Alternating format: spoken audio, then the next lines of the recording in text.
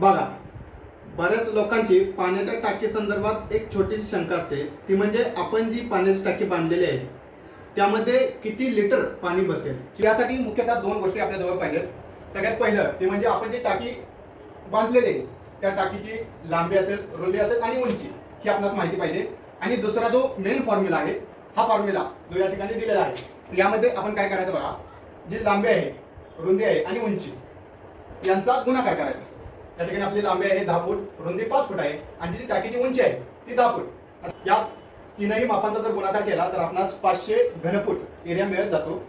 तर या ठिकाणी एका घनफूटमध्ये 28.31 लिटर पाणी बसते. प्रमाणे 500 गुणिले 28.31 आपणास मिळतात 14,155 लिटर.